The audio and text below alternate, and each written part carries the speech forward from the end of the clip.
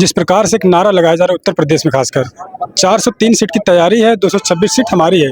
इसके पीछे का गणित क्या है? गणित देखिए सीधा साधा है, हम लोग जनता से मान्य बयान करें तो और उस कंसेप्ट के आधार पर मान्यवर कांशीराम साहब की सोच के आधार पर हम लोगों ने भी विश्व आदिवासी मेला लगाने दिवस पर आदिवासी मेला लगाने का काम अंबिकापुर में किया था छत्तीसगढ़। उसका असर पार्टी को? उसका असर ये हुआ कि जहां नमस्कार, मैं रविंद्र कुमार, आप देखना शुरू कर चुके हैं आपका अपना भरोसेमंद चैनल हिंदी दस्तक यूपी। अभी मैं मौजूद हूं लखनऊ में बीएसपी के स्टेट कार्यालय के बाहर, और आज बीएसपी चीफ मायावती जी एक बहुत बड़ी ऑल इंडिया की बैठक उत्तर प्रदेश और उत्तराखंड को छोड़कर हुई है। हमारे साथ बातचीत करने के लिए सर, क्या नाम है आपका? मनीष आनंद नाम है। थोड़ा इधर देख लीजिए कैमरे में। तो आज की जो बैठक थी, बैठक बहन जी ने लिया, और बैठक में क्या कुछ दिशा निर्देश आप लोगों को दिया गया? बहन जी ने संगठन को मजबूत करने के लिए, खास तौर से निचले स्तर को संगठन को मजबूत करने के लिए हम लोगों को आवश्यक दिशा निर्देश दिए हैं, जिसमें माननीय बहन जी ने कहा है कि आप लोगों को बूथ की, सेक्टर की और विधानसभा की कमेटी और उसके बाद जिले की कमेटी, मतलब जिला से लेकर बूथ तक की कमेटी को दुरुस्त करना है। तो उसके लिए माननीय बहन जी ने प्लान प्रोग्राम चक्र करके दिया है।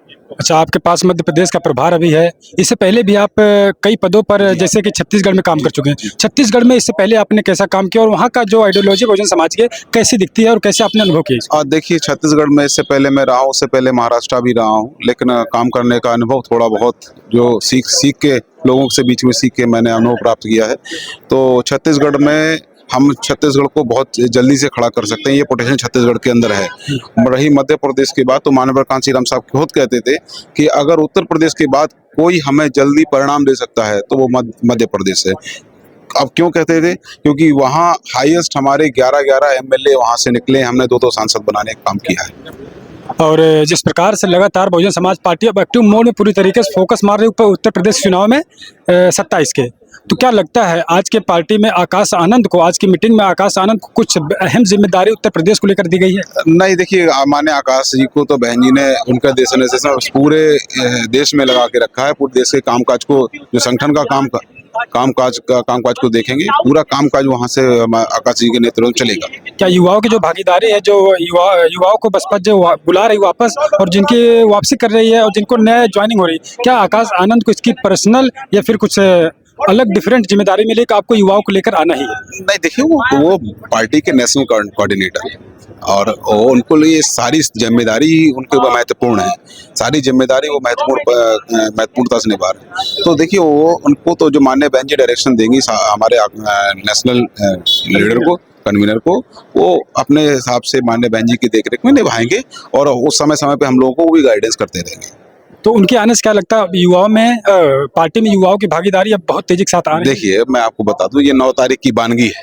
मान्यवर कांशीराम साहब के परिनिर्वाण दिवस पर बहुजन समाज पार्टी ने जो कार्यक्रम ऑर्गेनाइज किया था, उस कार्यक्रम पर जितनी भीड़ मान्या बहन जी को सुनने में आए थे, पुराने से लेके नए लोग, उतने ही युवा मान्य आकाश आनंद जी को सुनने के लिए वहाँ प्रेरित आतुर थे, इच्छुक थे कि हम भी सुने। आतुर थे, बिल्कुल।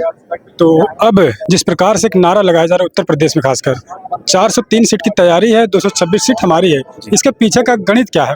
गणित देखिए सीधा साधा है, हम लोग जनता से, मान्य बहन जी बोलते हैं कि जनता से हमारा गठबंधन होगा, जनता से हम अलायंस करेंगे, जनता के लिए काम करेंगे। अच्छा, आखिरी सवाल सर होगा कि छत्तीसगढ़ में, आप थोड़ा सा इधर आइए कैमरे, छत्तीसगढ़ में बताया जाता है कि आपने आदिवासी मेला वहाँ पर आयोजित किया था बहुत बड़े पैमाने पर, तो वो मेला क्यों होता था, कैसे, और उसमें आइडियोलॉजी कैसे काम? देखिए, इस देश में मान्यवर कांशीराम साहब ने इन आदिवासी समाज को जोड़ने के लिए, हमारे आदिवासी भाइयों को जोड़ने के लिए, उनमें भाईचारा पैदा करने के लिए, क्योंकि ये लोग नाचने, मतलब कल्चरल लोग हैं, सांस्कृतिक लोग हैं, इनकी सांस्कृतिक विरासत है एक, तो उस विरासत को मान्यवर कांशीराम साहब ने समझकर उसमें प्लान प्रोग्राम तैयार किया, और प्लान प्रोग्राम तैयार करने के बाद मान्यवर कांशीराम साहब ने कहा कि भाई, इनकी संस्कृति नाचने गाने की है, तो क्यों ना इनको नाचते गवाते ही हम इनको जोड़ने का काम करें।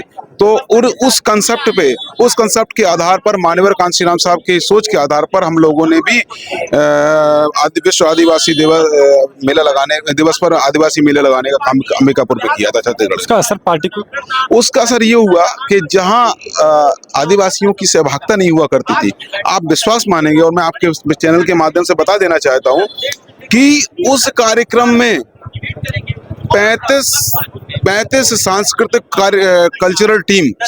टीम समूह के लोगों ने भागीदारी की। उसमें 8 साल की बच्ची भी थी और 62 साल का बूढ़े भी थे। इतना असर पड़ा आप लोगों हाँ जी, क्योंकि उस कार्यक्रम को सफल कराने के लिए हमारे साथियों ने 1 महीने पूर्व से ही वहां डेरा डाल रखा था अंबिकापुर में। उसका असर मिला। हाँ, बिल्कुल असर मिलेगा। हम काम करेंगे, मानव कांशीराम साहब कहते थे हम काम करेंगे तो काम होगा और हम काम नहीं करेंगे तो काम नहीं होगा। इसलिए हम लोग उस कॉन्सेप्ट को मानने वाले लोग हैं जो मानव कांशीराम साहब बोलते थे। चलिए सर, बहुत बहुत धन्यवाद, थैंक यू। तो देखिए, तमाम लोगों से बातचीत करने का प्रयास जारी है और अब बीएसपी उत्तर प्रदेश में सरकार में आने के लिए जितना भी कुछ हो रहा है, जितना भी बन पड़ रहा है, बहुजन समाज पार्टी पूरी तरीके से अब अपने आप को मजबूत करते हुए उत्तर प्रदेश में नजर आ रही है। हालांकि आज ऑल इंडिया की बैठक थी और इस बैठक में जो अदर स्टेट हैं भारत में, तमाम स्टेटों में बहुजन समाज पार्टी का जनाधार कैसे बढ़ेगा और इसमें सर्व समाज के लोग कैसे आएंगे, इन तमाम चीज़ों पर खासकर चर्चा पार्टी के कार्यालय के अंदर हुई है। तो चलिए, लगातार हम आपके लिए वीडियो इस तरीके के लेकर आते रहते हैं। अपडेट कैसी लगी आपको बताइएगा और गुजारिश करेंगे आप चैनल को फटाफट सब्सक्राइब करिए और अपनी प्रतिक्रिया कमेंट बॉक्स में जरूर दीजिए। तो मिलता है कुछ अगली अपडेट में, आप बने रहे आपके अपने चैनल हिंदी दस्तक यूपी पर।